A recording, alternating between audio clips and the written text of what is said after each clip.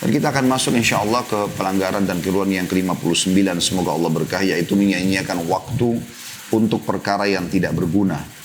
Kata penulis, Anda melihat sebagian wanita menyanyiakan sebagian waktunya di depan cermin atau berbicara panjang lebar tanpa guna bersama teman wanitanya lewat telepon.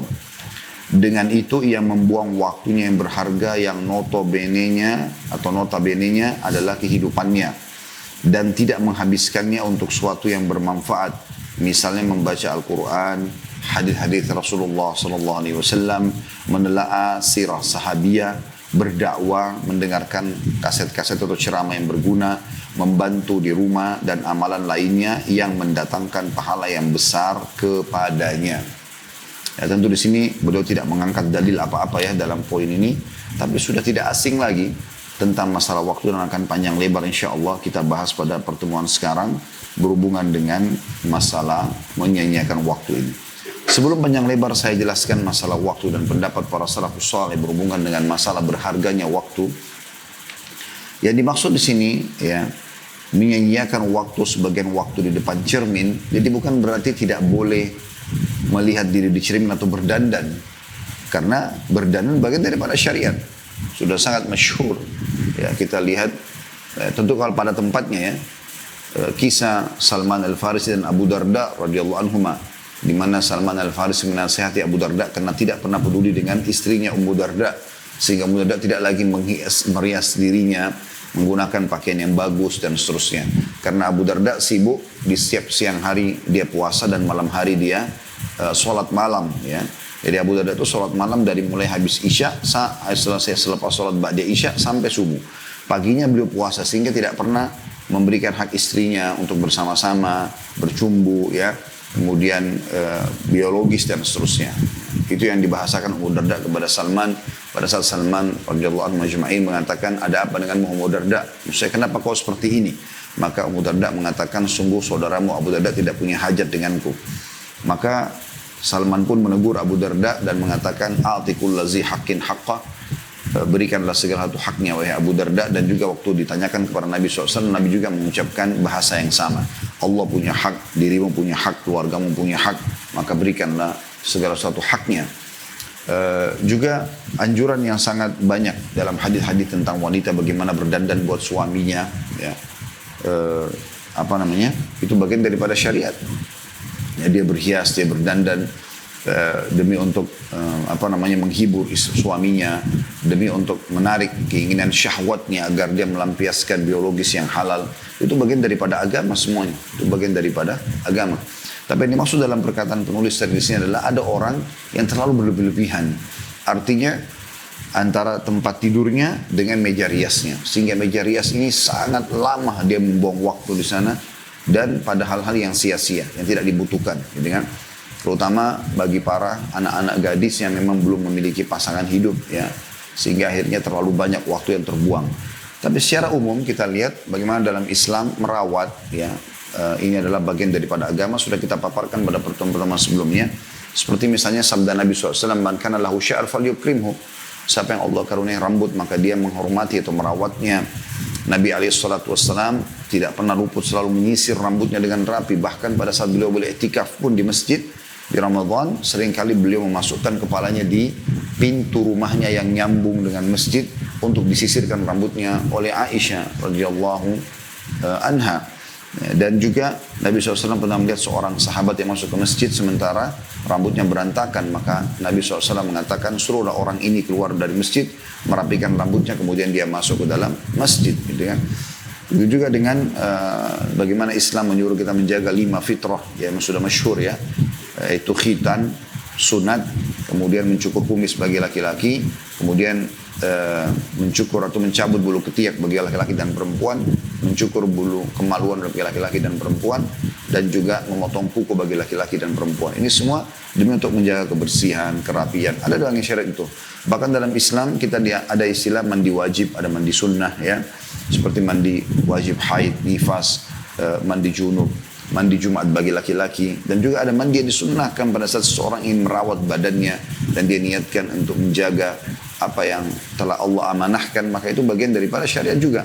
Dan sekian banyak tentunya yang kita tahu dalil-dalil berhubungan dengan masalah ini. Di antaranya Allah memuji penduduk Kuba, ya, di mana Allah SWT berfirman, "A'udzubillahi minasyaitonirrajim, fihi rijalun yuhibbuna an yatatahharu, wallahu yuhibbul mutahhirin."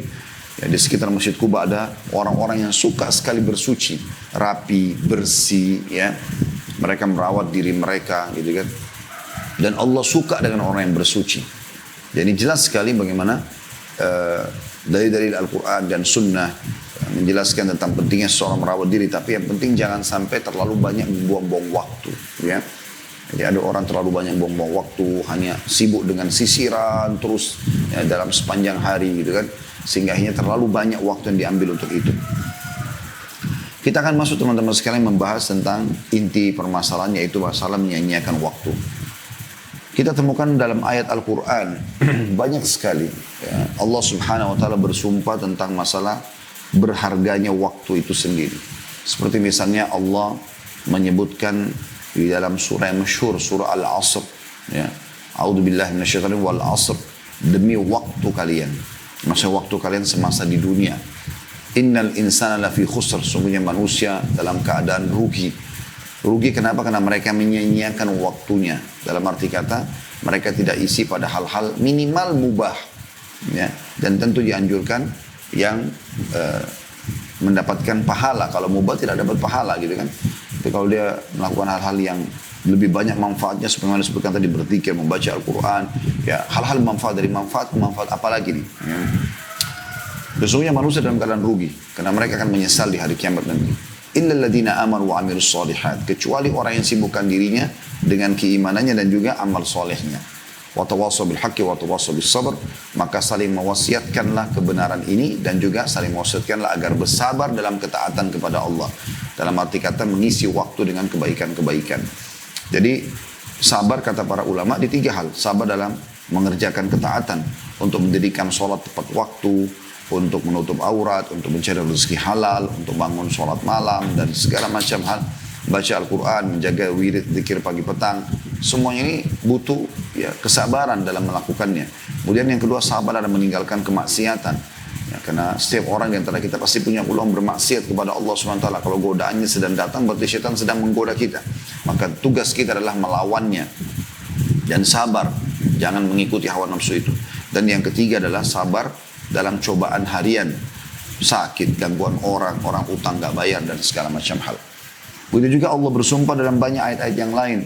Wal-lail, demi malam, ya. Wal-duha, demi waktu duha. Ya, banyak sekali sumpah. Wal-fajr, demi waktu subuh. Ini semua Allah Subhanahu Wa Taala sebutkan dalam Al-Quran dengan tujuan agar mengingatkan kita semua, saudaraku seiman, tentang masalah waktu, ya. Bagaimana seseorang itu mengisi waktunya dengan baik. Juga sabda Nabi SAW dalam hadis yang masyhur riwayat Bukhari nomor 6412. Kata Nabi SAW, "Ni'matani magbunun fihi ma katsirun minan nas, as-sihhatu wal faragh." Ada 2 kenikmatan yang banyak manusia tertipu, lalai. Yaitu nikmat sehat. Pada saat dia sehat, dia kuat, dia harusnya gunakan dalam ketaatan kepada Allah SWT. Ya, menjaga sholat tepat waktu, membaca Al-Quran, menghafal, membaca, mempelajari Al-Quran, menuntut ilmu, dan segala macam hal yang bermanfaat. Kita belajar saja, kadang-kadang masih ada yang kita belum ketahui atau salah. Apalagi kalau tidak belajar. Ya, tidak mungkin ada manusia lahir dalam keadaan sudah berilmu. Dia harus terus belajar dan belajar, gitu. Tidak ada kata terlambat untuk belajar dan tidak ada kata cukup untuk belajar. Ya. Begitu juga dengan, ya, waktu kosong. Jadi faragh, selain kesehatan adalah waktu kosong, banyak disia-siakan. Jadi kadang-kadang ada orang, karena dia rasa malam panjang, ya, kalau tidak salah biasanya di musim dingin, ya, kalau di beberapa negara musim dingin itu malamnya lebih panjang. Maka mereka berpikir harus habisin dengan apa nih? Duduklah mereka nongkrong-nongkrong, omong kosong, ya, pada hal-hal yang tidak mendatangkan manfaat buat dia. Atau pada saat siang panjang, di musim panas misalnya, maka mereka habiskan waktu semuanya dengan tidur sepanjang hari, gitu. Sehingga tidak mendatangkan hal-hal yang bisa dicatatkan untuk buku amal dia. Kemarin kita sempat menyinggung di kajian Riyadhus Shalihin, satu saja amal soleh Anda luput tidak mengerjakannya, Misal, yang rutin dianjurkan. Allah SWT sudah buatkan kita program. Gitu. Nah program ini harus kita jalankan. Satu saja luput dari kita bicara amal sunnah saja. Contoh kemarin kita kasih gambaran tentang sholat witir. Anda, si A sama si B, si A sholat witir, si B tidak. Jangan dihitung pada hari itu, oh 1 rakaat. Tapi kita lihat hitungan tahunan. Kalau 1 tahun, berjalan, si A witir 1 rakaat, si B tidak, berarti perbedaan mereka 365 rakaat witir. Dan dalam 1 witir itu ada 2 sujud. Dalam hadis yang lain riwayat Bukhari Muslim kata Nabi SAW, dan sungguhnya kau tidak sujud 1 kali kecuali Allah akan angkatkan dengan sujud itu 1 derajat dan Allah maafkan 1 kesalahan. Berarti bukan cuma dapat catatan pahala sholat witir 365 rakaat, tapi juga mendapatkan 365 derajat di surga. Ini bukan hal yang ringan gitu. Anda kalau punya rumah, ya perbandingannya dengan rumah yang lain adalah 365 kali lipat besarnya, fasilitasnya, segala macam lingkungannya. Begitu juga dihapuskan 365 dosa. Kalau kita misalnya kalikan 10 tahun orang mengerjakan sholat witir, gitu kan? Maka dikali 10, berarti ada 3.650 rakaat. 3.650 derajat, 3.650 pengampunan dosa. Kalau umurnya orang umumnya, ya teman-teman sekalian 40 tahun misalnya, bahkan dikali 4 lagi, gitu kan. Itu banyak sekali, gitu kan. 13.000 atau 14.000 sekian, gitu. Jumlah rakaat itu belum kita bicara yang lainnya, belum kita bicara yang lainnya. Oleh karena itu teman-teman isi dengan hal-hal yang bermanfaat. Anda boleh melakukan hal-hal mubah tentunya ya. Duduk ngobrol segala macam. Bukan juga berarti orang harus ekstrim sehingga tidak pernah senyum, tidak pernah bercanda, tidak ada waktu ya untuk menenangkan dirinya, ya, mencari ketenangan, sedikit menghirup udara, sedikit berjalan-jalan. Itu semua hal yang dibolehkan dalam syariat. Pada saat ya, orang-orang Ansar datang dan menyebutkan tentang hari raya mereka, yang kadang-kadang mereka suka bersenang-senang di hari-hari itu, maka Nabi SAW mengatakan sungguhnya Allah telah menggantinya dengan 2 hari raya kalian, Idul Adha dan Idul Fitri, dan keduanya dibolehkan melakukan perbuatan-perbuatan mubah, ya. Orang berolahraga boleh, ya. Yang penting tidak ada pelanggaran agama di situ. Orang mempelajari sesuatu, ya, keterampilan-keterampilan, semua itu adalah hal-hal yang manfaatnya.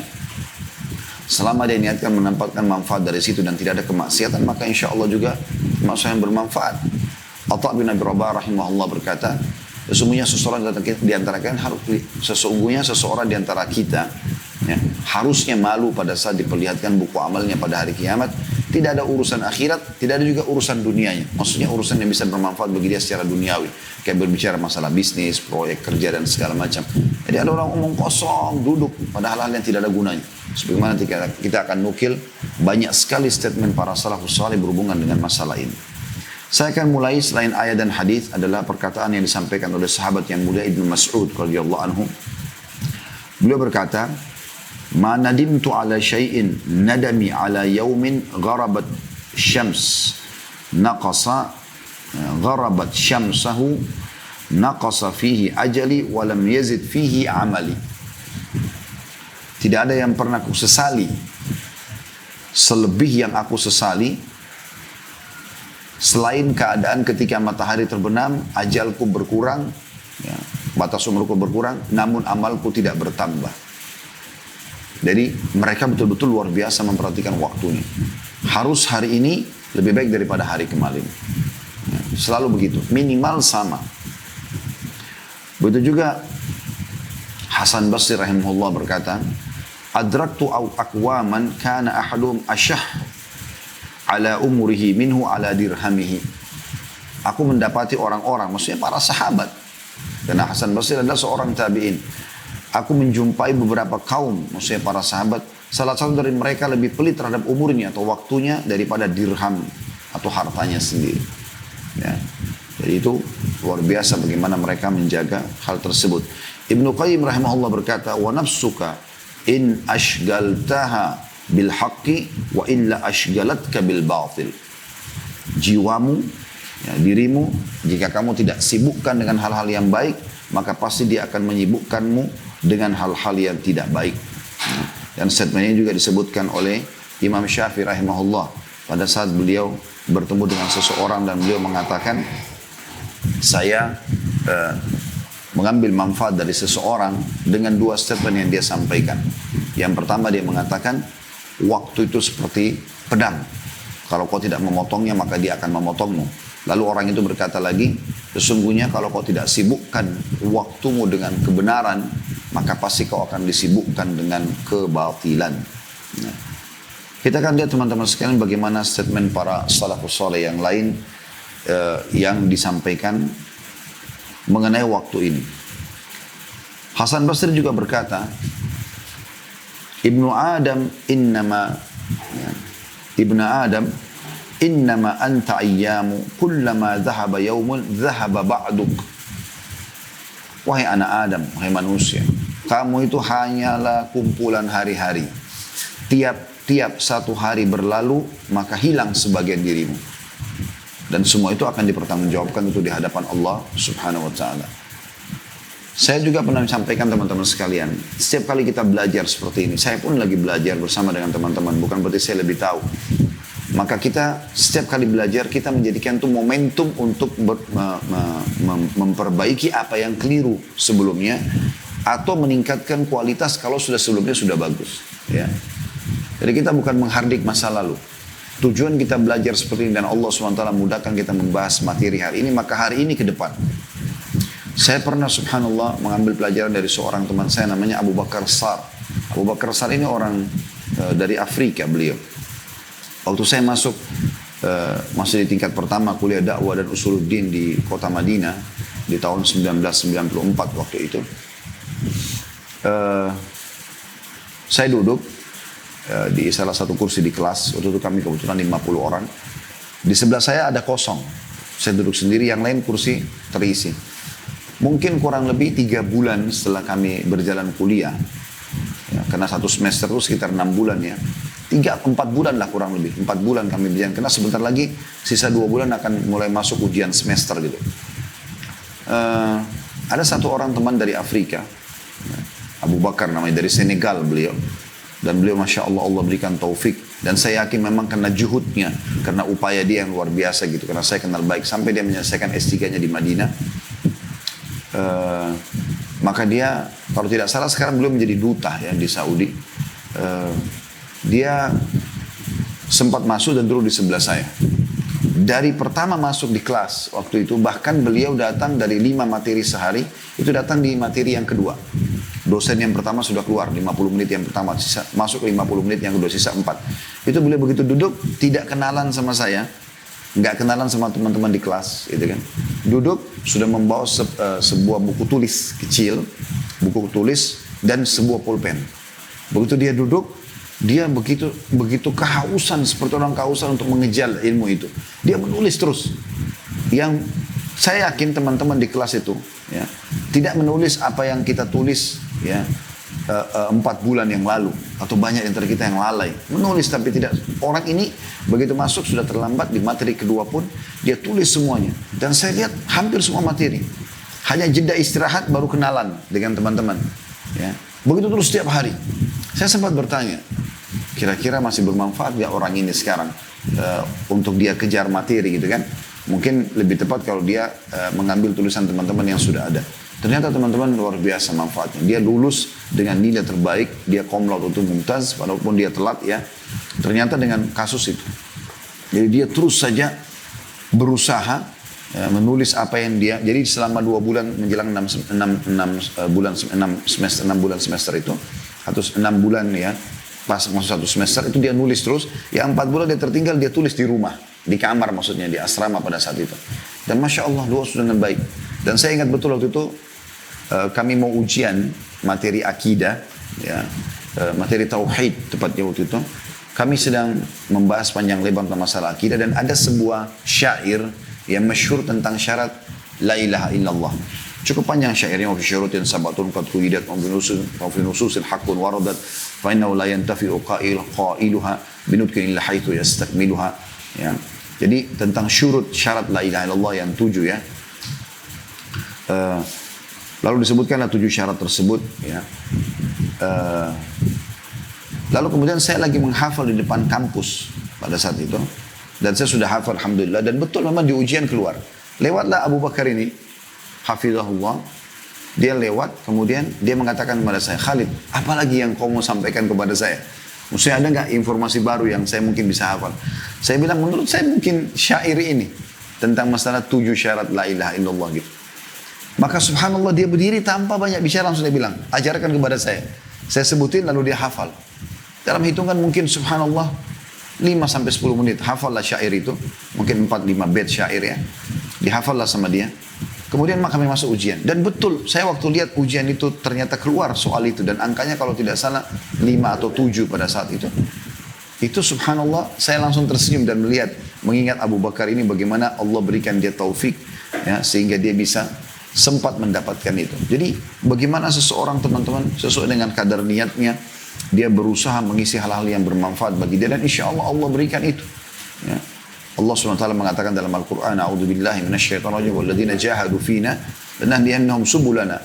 Orang-orang yang mengejar, berusaha, ya, jahadu fina, berusaha mengejar, mendapatkan apa yang telah kami tentukan di jalan-jalan kami dari kebenaran, ilmu yang bermanfaat, mengenal halal haram, ya, berusaha mengejar ketinggalan-ketinggalan masa lalu dari ibadah, bertaubat, maka kami akan berikan panduan ke jalan kami.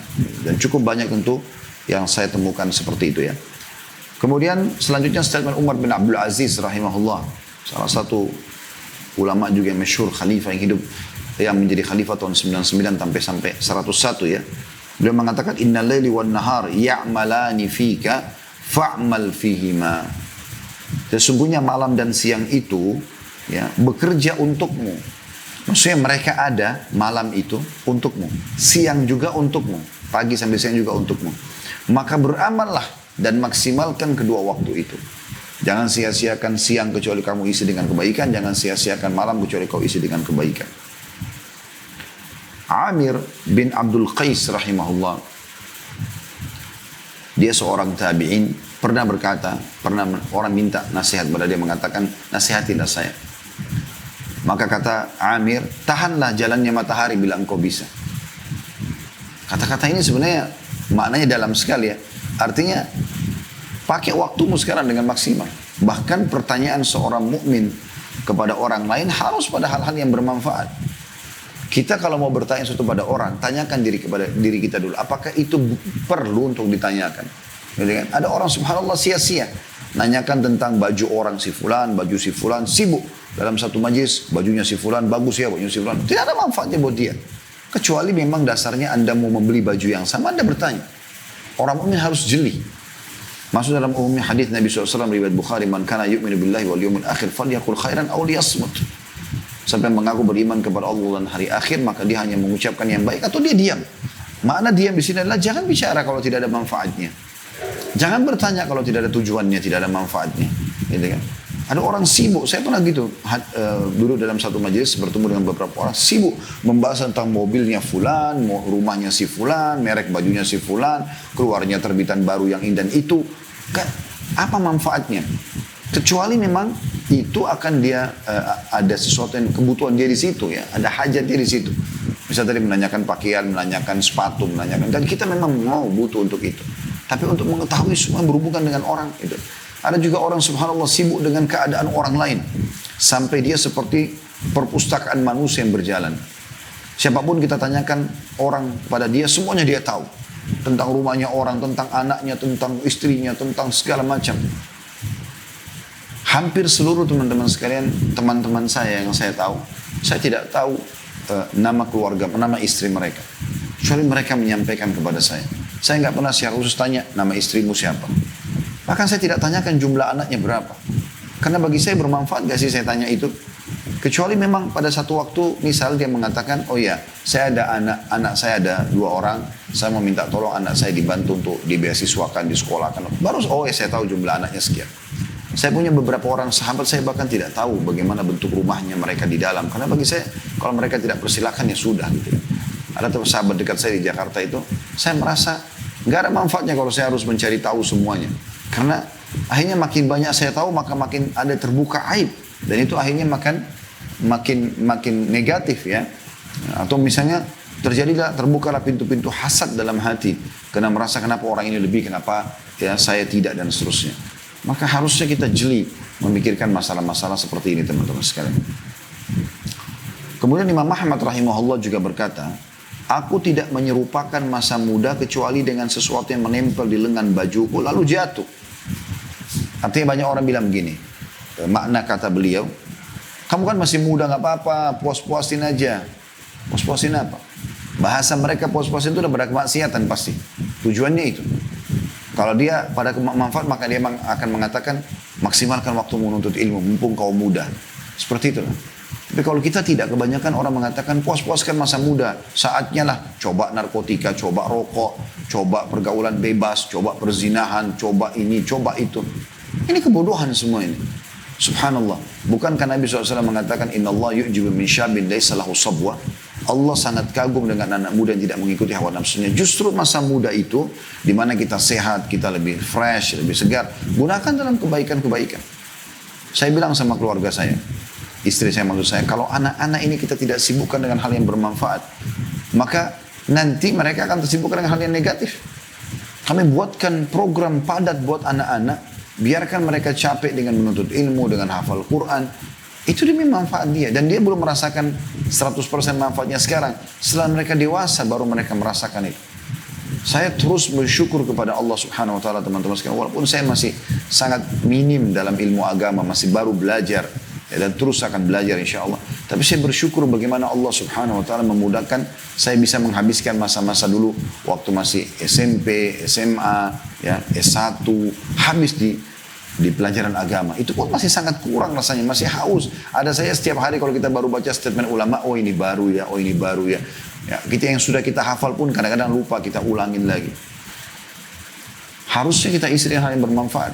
Dan Anda, kalau posisinya sebagai orang tua, apa yang dulu sia-sia dari Anda, jangan diwariskan kepada anak-anak. Dulu hamil di luar nikah. Lalu kemudian, nggak masalah, toh juga dia nikah. Toh dia merasa dirinya nikah juga sama laki-laki yang dia suka, yang menghamili dia. Lalu dia terapkan itu pada anak-anaknya. Dulu juga ibu begitu kok nak. Dulu juga ayah begitu kok, nggak apa-apa. Mana pacarmu, mana ini, mana itu. Putus saja sama dia, cari pasar yang baru, dan seterusnya. Kenapa ini disuruh kepada kemaksiatan? Juga setiap kali lihat ada yang tampan, ada yang cantik. Kenapa ya? Kayak aneh. Dalam majelis itu ada, majelis ilmu itu ada yang tampan, ada yang cantik. Kayak aneh. Kalau ada yang tampan dan cantik itu menjadi orang soleh dan soleh. Ajib. Aneh betul. Itu kan. Ini sangat luar biasa anehnya. Jadi seakan-akan kenapa nggak dijadikan artis? Kenapa nggak dijadikan ya public figure sehingga akhirnya harus membuka auratnya wanita, memamer kecantikannya dan segala macam. Hati-hati sekali. Ya. Pernah istri saya mengatakan, kebetulan Allah amanahkan kami anak-anak, masya Allah yang lucu gitu. Ini anak-anak ini ada yang sempat minta mau jadi iklan sampo, mau jadi iklan ini, mau jadi enggak. Saya bilang nggak bisa. Tapi kan masih kecil, nggak bisa. Saya nggak mau ada bibit mereka merasa itu adalah sebuah prestasi sehingga akhirnya menjadi bintang iklan, sehingga menjadi bintang dan itu. Karena kita harus menutup sebagai orang tua. Tentu kalau Anda merasa itu adalah hak Anda, saya juga tetap mau begitu, itu tuh hak Anda pribadi. Kalau saya, maka saya menutup dari awal. Saya mengatakan pada istri saya, biarkan nanti anak-anak ini yang menikmati dia kalau anak perempuan adalah suaminya. Kita muliakan mereka dengan tutup aurat, hijab, ya bahkan alhamdulillah anak-anak tertarik sekali walaupun mereka masih kecil menggunakan cadar, alhamdulillah gitu kan. Itu satu karunia yang luar biasa gitu, yang semestinya kita merasa itu aset amal jariah buat kita. Sebagaimana Nabi SAW bersabda, salah satu dari sekian banyak amal soleh adalah anak soleh yang dia tinggalkan setelah dia meninggal. Kemudian Abul Walid Al-Baji rahimahullah juga berkata, jika aku telah mengetahui dengan sangat yakin bahwa seluruh hidupku di dunia ini seperti 1 jam di akhirat, maka mengapa aku tidak bakhil dengan waktu hidupku untuk melakukan perkara yang sia-sia dan hanya aku jadikan hidupku di dalam kebaikan dan ketaatan. Abu Bakar Siddiq berkata radhiyallahu anhu, jadi maksudnya bagaimana tadi ya seorang ulama zaman dulu ya, kaum salaf juga mengatakan, Abu Walid Al-Baji ini mengatakan, maksudnya kalau saya tahu sebenarnya waktu saya dunia pendek sekali, maka kenapa saya dapat kepada hal yang bermanfaat? Ini mirip juga statement yang disampaikan pada saat dalam sebuah athar ya, salah satu ibu di zaman Nabi Nuh alaihissalam, karena umur mereka panjang, ya ribuan tahun umurnya, ratusan tahun bahkan sampai ribuan tahun. Karena Nabi Nuh alaihissalam berdakwah di kaumnya 950 tahun. Ada seorang ibu menangisi anaknya yang meninggal di umur 60 tahun. Bagi mereka pada saat itu mungkin masih seperti 6 tahun kalau kita gitu kan. Lalu kemudian Nabi Nuh alaihissalam lewat dan berkata kepadanya, "Hai ibu, kenapa engkau menangis?" Kata dia, "Kesian anak saya, meninggal masih kecil, belum menikmati hidup." Kata Nabi Nuh alaihissalam, "Jangan kau tangisi umur anakmu ini, karena akan datang nanti kaum di akhir zaman, ya kita ini, ya, yang umur anakmu ini termasuk umur tua bagi mereka." Maksudnya 60 tahun itu sudah tua. Kayak kita sekarang 60 tahun kita anggap sudah tua. Rambutnya sudah banyak ubannya. Di zaman Nabi Nuh alaihissalam masih sangat muda. Karena umur mereka 1900, 700 tahun gitu. Maka kata ibu tersebut, statement yang perlu jadi pelajaran buat kita. "Wahai Nabi Allah, kalau seandainya saya hidup di zaman itu, dan umur saya cuma 60 tahun, saya akan gunakan semuanya hanya untuk sujud kepada Allah. Saya tidak akan angkat kepala saya, sujud selama 60 tahun. Begitu luar biasanya mereka memahami makna waktu itu. Selanjutnya Abu Bakar radhiyallahu anhu berkata, "Inna lillahi haqqan bin nahari la yakbaluhu bil lail. Walillahi haqqun bil lail la yakbaluhu bin nahar." Sesungguhnya Allah itu memiliki hak pada waktu siang. Kayak misalnya sholat duhur, ya, sholat subuh di waktu pagi juga, ya, sholat duha, misalnya zikir pagi, ya. Contoh, dia Allah tidak akan menerimanya di waktu malam. Kita kalau sholat duhur di waktu malam tidak diterima, sholat duha tidak diterima. Sudah selesai. Jadi kalau lewat waktu itu maka akan luput dari kita. Kayak tadi misalnya Anda tidak sholat duha. Sunnah iya, tapi Anda rugi sendiri karena tidak akan pernah bisa Anda perbaiki lagi buku amal itu. Anda demi Allah akan menerima buku amal Anda pada hari ini di pagi tadi, ya, tidak tercatat atau kosong dari sholat duha. Kenapa Anda sia-siakan itu? Dan sungguhnya Allah juga memiliki hak pada malam hari, kayak sholat maghrib, sholat isya, sholat tahajud, zikir sore atau petang. Dia tidak akan menerimanya di waktu siang hari. Tidak akan diterima di siang hari. Mau sholat tahajud di siang hari nggak akan diterima, gitu kan? Karena sudah malam. Kecuali memang kadang-kadang tertentu, ya, seperti misalnya disebutkan dalam sebuah riwayat Nabi SAW pernah kelewatan sholat malamnya, tapi itu terjadi sekali dalam kehidupan Nabi SAW, gitu kan? Jadi bukan setiap saat, karena rutinitas beliau adalah sholat malam. Beliau pernah ketiduran bangun sudah subuh, maka beliau menggantikan dengan 12 rakaat di waktu duha, gitu kan? Nah itu mungkin orang kalau kebablasan betul-betul, tapi umumnya orang tidak meninggalkan masalah itu. Dan Anda sudah tahu tentunya bagaimana memahami poin ini. Kalau Anda bekerja di kantor, akan beda sekali pegawai yang suka menjaga waktu, ya, on time kalau bekerja, dia pada saat kerja dia menguasai bidangnya, ya. Bagaimana kedudukan dia di pemilik perusahaan atau pimpinan perusahaan dengan orang yang suka datang telat, malas bekerja, tidak menyelesaikan pekerjaannya, akan beda. Ini rasionalnya sebenarnya. Begitulah hamba Allah yang rajin, memaksakan diri, maka itu sangat baik. Ya, dia akan panen pahalanya. Begitu juga dengan orang yang menyanyiakan waktu akan menyesal tentunya. Penyair mengatakan, penyair Arab, wal waktu anfasu ma, ya, anaita bihafzihi wa arahu ashala ma alaika yudayyi'u. Artinya, waktu adalah perkara paling mahal yang perlu engkau perhatikan untuk dijaga. Tetapi aku melihatnya paling mudah engkau menyanyiakannya. Jadi ini peringatan-peringatan yang luar biasa gitu, ya. Hasan Basri juga berkata dalam statement yang lain, Ibnu Adam, iyyaka wat taswifa fa innaka biyaumika walasta bighad fa in yakun ghadin laka fakun fi ghadin atau fi ghaddin kama kunta fil yaumi wa illa yakun laka lam tandam ala ma farratta fil yaum. Wahai anak Adam, janganlah engkau menunda-nunda amalan-amalanmu. Setiap ada kesempatan saat ini, lakukan langsung. Saya sudah kasih contohnya teman saya Abu Bakar, ya. Bagaimana beliau langsung eksekusi pada saat itu. Dan saya pun ambil pelajaran. Ada kesempatan langsung kerjakan. Ingat, pada saat kita malas mengerjakan sebuah jenis ibadah di waktu itu, berarti Anda sedang diserang oleh syaitan. Tugas Anda kalau lagi diserang apa? Melawan. Tidak boleh kita diam. Lagi malas sholat malam, lagi malas sholat duha, lagi malas zikir, lagi malas baca Quran. Lawan. Karena Anda sedang diserang. Kalau Anda lawan, Anda akan mengalahkan syaitan. Karena Allah SWT mengatakan, inna kaida syaitani kana dha'ifa. Syaitan itu sangat lemah. Gitu kan? Di budaya pun lemah, dia cuma bisa bisikkan. Kalau Anda tidak melawan, maka Anda akan dikalahkan oleh dia. Dan dikuasai, walaupun dia lemah. Kata Hasan Basri, wahai anak Adam, janganlah engkau menunda-nunda amalan-amalan. Karena engkau memiliki kesempatan pada hari ini. Adapun besok atau esok hari, belum tentu engkau memilikinya. Jika engkau bertemu besok hari, maka lakukanlah pada esok hari itu sebagaimana engkau lakukan pada hari ini. Jika engkau tidak bertemu esok hari, engkau tidak akan menyesal sikapmu yang menyanyiakan hari ini. Ya. Jadi maksudnya kalau kau lakukan hari ini kau punya kesempatan, maka hari ini milikmu, hari inilah maksimalkan. Ini juga saya teringat statement sebagian salaf yang mengatakannya, ya, masa lalumu telah berlalu. Kalau itu perbuatan baik, bersyukurlah kepada Allah dan mohonlah agar Allah terima sebagai amal saleh. Kalau kau berbuat dosa, bertobatlah. Hari ini adalah milikmu, maksimalkanlah ibadahmu. Dan hari esok adalah angan-anganmu. Maka programkan, tapi belum tentu kau memilikinya. Artinya hari ini maksimalkan. Ya, selalu jadikan sebagai bahan muhasabah. Pernah seorang syekh yang masyhur namanya Jamaluddin Al-Qasimi, ya, rahimahullah. Jamaluddin Al-Qasimi ini pernah melewati warung kopi di masa beliau di negerinya. Lalu melihat di sana ada orang-orang yang mengunjungi warung kopi tersebut tenggelam dalam bermain kartu, dadu, berminum berbagai macam minuman. Mereka menghabiskan waktu yang lama, kadang-kadang sampai berjam-jam hanya menghabiskan segelas kopi dengan alasan ngobrol sama teman, gitu kan, ngopi dulu, ya. Ngobrol, kadang-kadang cerita yang diceritakan itu sudah dihafal oleh temannya karena sudah 70 lah, 100 kali diulangi. Dulu kisah begini, dulu kisah begitu.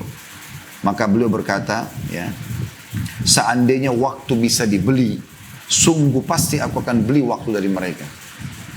Sayang waktu tidak bisa dibeli. Kalau seandainya bisa dibeli, maka aku akan beli waktu dari mereka itu. Karena mereka sia-siakan. Kita nanti pada hari kiamat teman-teman berharap bisa kembali ke dunia, sujud sekali kemudian kita meninggal dunia. Jadi waktu-waktu kita yang lalu-lalu kita sia-siakan, kita menyesal. Ya, dan sekarang ke depannya kita perbaikin. Ya, setelah taklim ini kita berharap kita lebih semangat lagi, lebih menjaga amal-amal soleh dan juga tidak menyia-nyiakan waktu. Ibnu Qayyim rahimahullah menyebutkan tentang seorang laki-laki yang menghabiskan umurnya untuk mengumpulkan dan menumpuk harta. Ketika kematian mendatanginya, dikatakan kepadanya, katakanlah la ilaha illallah. Jadi ada orang hidup zaman dengan beliau, Ibnu Qayyim rahimahullah. Orang ini terus saja dagang sampai lalai dengan sholatnya, ya, hanya dengan transaksi akhirnya tidak sholat. Dan ini sering kita lihat, subhanallah. Bahkan di hari Jumat, sering kali para pedagang-pedagang kita lihat, mereka tidak ikut sholat Jumat dan mereka sibuk dengan, ya, dagangannya. Takut ketinggalan pembeli. Padahal berapa sih modal yang dia jual itu? Ya. Begitu juga dengan sholat 5 waktu dan seterusnya. Maka di zaman beliau ada orang yang pernah sibuk dengan itu, dia lalai dengan ibadah kepada Allah SWT. Pada saat dia mau meninggal dikatakan la ilaha illallah. Ternyata orang itu hanya mengucapkan satu kain harga 5 dirham, satu kain harga 10 dirham. Ini kain yang bagus. Demikian seterusnya sampai ruhnya keluar. Jadi Allah tidak memberikan dia kesempatan menutup hidupnya dengan sabda Nabi SAW, man kana akhiru kalami la ilaha illallah dakhala al-jannah. Siapa yang akhir kalimatnya la ilaha illallah pasti dia masuk ke dalam surga. Ya, jadi banyak sekali orang membuang-buang waktunya, ya. Sebagian ulama juga mengatakan, aku telah melihat kebanyakan orang menghabiskan waktu dengan cara yang aneh. Jika malam panjang, maka mereka habiskan untuk pembicaraan yang tidak bermanfaat atau membaca buku percintaan dan begadang. Jika waktu siang panjang, maka mereka habiskan untuk tidur. Sedangkan pada waktu pagi dan sore, mereka di pinggir sungai Dajlah. Ini salah satu sungai di Irak, ya. Atau di negeri Syam, salah satunya. Atau di pasar-pasar. Aku ibaratkan mereka itu adalah orang-orang yang berbincang-bincang di atas kapal. Kapal itu terus berjalan membawa mereka dan berita mereka. Aku telah melihat banyak orang yang tidak memahami arti kehidupan. Hasan Basri rahimahullah juga di kesempatan yang lain, beliau pernah mengantar jenazah, kemudian ada anak muda di sebelahnya yang melihat apa yang Hasan Basri lakukan. Beliau sedang berzikir, ya, subhanallah, alhamdulillah, wa la ilaha illallah, Allahu akbar, gitu. Maka pada saat itu teman-teman sekalian, Anak muda ini bertanya, mengatakan, wahai imam. Imam ini kayak kita kiai, guru, ustadz ya sekarang. Kenapa anda berzikir? Maka nasihat beliau luar biasa. Memang Hasan Basri dikenal setiap kali orang merasa imannya lemah datang kepada beliau. Di Basra, kota Basra itu di Irak ya. Makanya dikatakan Hasan Basri. Beliau mengatakan berzikirlah wahai anak muda. Karena yang sedang kita antar sekarang sudah nggak bisa berzikir. Yang sedang kita antar sekarang sudah nggak bisa berzikir. Anda kalau lewat di kuburan, ya, Anda lihat batu-batu nisan, itulah manusia-manusia yang mirip seperti kita. Tidak ada bedanya. Sama dengan kita, yang laki-laki, yang perempuan gitu kan. Dulu juga sama. Seperti kita lahir dari rahim ibu, kita juga bayi, juga anak-anak bermain-main, ya, punya masa remaja, menikah, punya anak, dan seterusnya, tua, meninggal. Mirip dengan kita. Ya. Maka ambil pelajaran dari kekurangan-kekurangan yang mereka sia-siakan itu. Ambil pengalaman. Sampai sebagian ulama mengatakan seringlah berteman dengan orang yang tua. Ya. Bahkan ada statement mereka mengatakan 70 tahun. Karena pengalaman hidupnya akan membuat kau tidak menyia-nyiakan waktumu. Oh dulu saya begini, oh dulu saya begitu. Gitu kan. Saya pernah bertemu di kota Makassar. Kebetulan kami sekarang lagi ada di Makassar. Sudah meninggal rahimahullah sahabat dekat ayah saya. Setiap kali saya ke Makassar kalau ketemu ayah biasanya beliau mengajak saya bertemu dengan beberapa teman-teman beliau gitu ya. Jadi dia sahabat beliau kebetulan diketeter karena nggak bisa lagi kencing normal, maaf. Terus saya datang ke sana, kemudian sambil ngobrol-ngobrol saya cuma dengarkan saja. Seringkali saya coba ambil hikmah apa yang saya bisa ambil dari orang-orang yang sudah lebih tua dari saya, gitu kan. Mereka berbicara tentang apa, saya ambil manfaatnya gitu. Yang jelas teman-teman sekalian pada saat itu terdengar azan asar seingat saya itu. Lalu saya bilang, saya pamit mau sholat ke masjid dulu gitu. Ada masjid dekat situ kebetulan. Terus dia mengatakan, iya silakan nak, ya, punya rumah bilang gitu. Maka kami ke masjid. Setelah sholat balik lalu dia mengatakan, nak dulu waktu Ami ini paman ya, masih semuda kau seumur kamu, tidak pernah ketinggalan sholat di masjid. 5 waktu sholat selalu azan ke masjid. Tapi sekarang keadaannya begini, ya sudah diketeter nggak bisa lagi. Saya kencing tidak bisa lagi normal, maka harus di atas ranjang dia. Ya, di rumah saya juga ada penyakit komplikasi tentunya. Maka saya ambil pelajaran pada saat itu, iya ya. Kenapa kok saya harus tunggu nanti naudzubillah sakit kemudian baru mengatakan tidak bisa gitu ya. Kalau Anda, ada hadis Nabi SAW yang mulia, siapa yang terbiasa mengerjakan sebuah ibadah, ya, kegiatan baik di waktu dia senggang, sehat, kemudian dia punya udzur, maka Allah akan berikan dia pahala terhadap ibadah itu. Ya, dengan pahala yang sempurna. Misalnya orang biasa puasa Senin Kamis, atau sholat malam, karena satu waktu dia punya udzur tidak bisa, atau dia biasa ke masjid, kemudian dia punya udzur sakit, tidak bisa, maka Allah tetap catatkan bagi dia pahalanya ya. Baik teman-teman sekalian, dari sekian banyak statement yang sudah kita sampaikan dan juga kisah-kisah, saya ingin coba masuk lebih dalam ke masalah kira-kira sebab kenapa banyak sekali orang yang membuang-buang waktunya. Sebab yang pertama, kemungkinan besar karena mereka tidak memiliki tujuan hidup. Dan tidak memahami tujuan hidupnya apa sebenarnya. Sehingga dia tidak tahu besok mau buat apa sih. Gitu kan? Padahal program hidup sudah ada dibuatkan oleh Allah Azza wa Jalla. Sementara kita diajarkan dalam Islam, sebagaimana Allah sebutkan dalam surah Az-Zariyat, ya, ayat 5, ya, surah nomor 51, ayat 56 ya.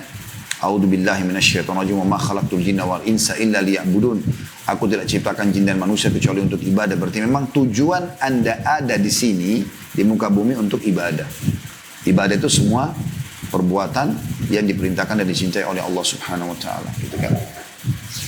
Maka itu tujuan utama. Jadi kalau ada orang mengatakan, kamu kok lama sekali sholat duhanya? Kamu kok kenapa selalu ke masjid? Kamu kok kenapa habisin waktu untuk hafal Quran? Kamu kok kenapa dulu berjam-jam di majelis ilmu nggak bosan? Di majelis ilmu misalnya nggak bosan. Ini orang yang tidak faham. Memang tujuan kita hidup untuk itu. Justru kamu yang aneh kalau kamu habisin di pinggir-pinggir jalan, dekat got, di mall-mall yang tidak ada manfaatnya, tidak ada tujuannya. Anda boleh masuk ke mall, tapi harus hati-hati. Ya, harus hati-hati. Kita harus tahu ada tujuan atau tidak. Kalau hanya habisin waktu saya nggak usah. Masih banyak hal bermanfaat yang Anda bisa lakukan. Allah menyebutkan dalam surah Al-Mu'minun, surah nomor 23 ayat 115 tentang masalah ini. A'udzu billahi minasyaitonir rajim. Afahasibtum annama khalaqnakum abathan wa annakum ilaina la turja'un. Apakah kalian mengira kami ciptakan kalian sia-sia untuk main-main saja? Abath. Abath itu kayak enggak ada gunanya. Ya hidup makan tidur mati selesai. Dan kalian mengira bahwasanya kalian tidak akan dikembalikan kepada kami. Gak ada pertanggungjawaban terhadap apa yang kalian sudah lakukan. Ini Allah buat kita untuk berpikir teman-teman sekalian. Ya. Nabi SAW bersabda, berhubungan dengan masalah ini juga. Wallahi inni la akhsyakum lillahi wa atqakum lahu. Lakinni asum wa uftir. Wa usalli wa arkud. Wa atazawwajun nisa. Man ragiba an sunnati falaysa minni. Demi Allah, sungguhnya aku adalah orang yang paling takut dan paling takwa di antara kamu kepada Allah. Tapi aku berpuasa, aku juga berbuka puasa. Artinya, berikan haknya semuanya. Salat malam dan juga tidur. Dan aku menikahi wanita, barang siapa yang membenci sunnahku, maka bukan dari golonganku. Artinya ini semua adalah jenis-jenis ibadah yang sudah dicontohkan oleh Nabi SAW. Kita juga tidak boleh teman-teman terlalu berlebihan. Seperti misalnya, ada orang memang belum tidur semalam suntuk. Dia tidak mau tidur. Kemudian dia paksakan diri sholat malam. Dalam kondisi dia mengantuk. Ini juga akhirnya mengganggu. Seakan-akan sholat malam itu adalah tanda kutip sebuah siksaan. Zainab binti Muhammad radhiyallahu anha, anak Nabi SAW. Ya, mulia, ibunya Umamah. Pernah Nabi SAW masuk ke masjid di waktu sholat malam. Kemudian beliau menemukan ada tali diikat di antara dua tiang masjid. Lalu beliau SAW bertanya kepada para sahabat yang ada di situ, ini siapa yang pasang tali ini? Kata mereka, Zainab, anak anda ya Rasulullah. Kata Nabi SAW, kenapa? Karena Zainab kalau sholat malam, kalau ngantuk, dia gantungkan diri tangannya kiri kanan di tali itu. Gitu kan? Supaya dia tetap bisa sholat walaupun dalam kondisi dia mengantuk. Maka Nabi SAW mengatakan, cabut. Lalu beliau bersabda dalam sabda yang lain, sesungguhnya kalau saudara kalian mau sholat malam sementara dia mengantuk, istirahatlah dulu. Artinya kalau kita mau sholat malam, coba atur, rapikan itu ibadahnya. Jadi misalnya tidur lebih cepat, ya. Kemudian misalnya jam 10 malam, jam 11 kita tidur, ya jam 9 malam. Itu sudah sangat bagus. Nanti bangun jam 3 misalnya. Kecuali memang Anda punya penyakit, Anda tidak bisa tidur cepat, atau ada kegiatan-kegiatan penting, ya. Sampai Abu Daud rahimahullah menulis buku dalam buku beliau, Sunan Nabi Daud, salah satu bab nahi anis samr. Bab larangan begadang tanpa ada manfaatnya. Dan dinukil dari asar yang banyak bahwasanya Nabi SAW tidak begadang kecuali pada hal-hal yang diperlukan. Ya, ada pembahasan tentang muslimin. Kalau kita sekarang ada majelis ilmu, ada silaturahim keluarga, ada keluarga yang meninggal dunia, menjenguk orang yang sakit, mendesak, ya, waktu-waktu itu tidak ada masalah. Kalau tidak, maka kita gunakan untuk ibadah kepada Allah Subhanahu Wa Taala. Yang kedua adalah kebodohan. Nah, bodoh terhadap nilai waktu, urgensi waktu. Dia tidak tahu tentang masalah itu. Dia bodoh dengan masalah ini, tidak mengerti sama sekali. Ya. Dia menganggap tidak ada masalah lah, tidak ada masalah. Selalu bahasa nggak masalah ini yang disampaikan oleh dia. Ini keliru ini. Jangan bilang nggak masalah. Harus ada masalah kalau tidak mendatangkan manfaat kepada Anda. Karena tidak akan pernah kembali waktu itu. Ya. Dan dalam masalah ini perlu saya titik beratkan teman-teman sekalian, terutama peluang ibadah, ya. Ingat, peluang ibadah sekali luput dari Anda tidak akan pernah bisa perbaiki selamanya. Selamanya. Dari saya kasih contoh, kalau tadi Anda tidak sholat duha walaupun cuma 2 rakaat, Anda biar menyesal tidak akan pernah bisa Anda perbaiki sampai hari kiamat. Anda akan temukan buku amal Anda kosong dari amal itu. Sekali Anda luput semuanya. Beda dengan dosa. Dosa Anda kerjakan nih. Lalu Anda bertaubat walaupun di akhir hidup Anda dimaafkan oleh Allah SWT. Tapi amal soleh tidak. Dan itu berbeda antara orang yang sibukkan diri dengan ibadah dengan orang yang berbuat dosa lalu bertaubat. Tentu lebih tinggi derajatnya orang yang berbuat amal saleh. Karena amal saleh itu meninggikan derajat dan dia tidak punya kesalahan. Sementara orang yang taubat, ya, dimaafkan kesalahan tapi tidak ada amal salehnya. Dia baru mau mengerjakan amal saleh setelah dia bertaubat, gitu kan? Maka berbeda tentunya.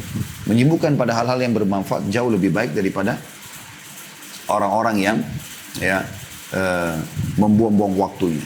Kemudian sebab yang ketiga, tidak adanya azm, tekad yang kuat. Ya, seperti duduk menuntut ilmu, beribadah, gak ada ini dalam hidupnya, sehingga akhirnya membuat dia gak ada azam, gak ada. Ya. Azam itu teman-teman, tekad itu seperti misalnya saya mau ke majelis, saya mau belajar ilmu dari jam 9 sampai jam 10 pagi. Tekadnya itu, maka jangan ada yang bisa ubah itu, apapun godaannya. Saya habis subuh mau zikir pagi petang, zikir langsung. Diajak ngomong apapun jangan bicara. Saya pernah bertemu dengan seorang teman saya di Jeddah, namanya Ahmad. Beliau pengusaha sebenarnya. Tapi satu waktu pernah saya di Jeddah kebetulan, terus nginap di rumahnya, diajak nginap di rumahnya. Terus saya mau nginap di hotel, diajak ke rumahnya. Maka saya datang, bentuk penghormatan kepada beliau. So, azan subuh, kami sama-sama ke masjid dekat rumahnya. Pas pulang dari masjid, karena rumahnya cukup jauh masjid, kami naik mobil. Saya sempat bertanya beberapa hal dengan dia. Bagi saya sih bermanfaat gitu. Maksudnya hari ini program kita apa. Terus dia diam dan dia keluarkan suaranya, dia sedang membaca zikir pagi. Akhirnya mengingatkan kepada saya juga, oh iya. Dan dia tidak mau jawab apapun apa yang saya tanya sampai dia selesai zikir. Sampai tiba di rumahnya, turun dari mobil dia masih zikir. Sampai selesai baru dia bicara sama saya tentang masalah sarapan program kita hari ini apa dan seterusnya. Jadi tekad itu penting. Ya. Tekad yang kuat ini harus ada dalam diri kita. Karena beda orang yang punya tekad dengan orang yang tidak punya tekad. Itu akan sangat jauh perbedaannya. Ya. Karena memang orang yang punya tekad dan azam itu pasti dia akan dia akan coba terapkan program dan dia berpegang pada itu. Ya. Kita temukan ini teman-teman sekalian, orang-orang yang sukses dalam kehidupan dunia mereka. Karena mereka punya tekad. Tentu juga berhubungan dengan masalah akhiratnya. Allahu a'lam.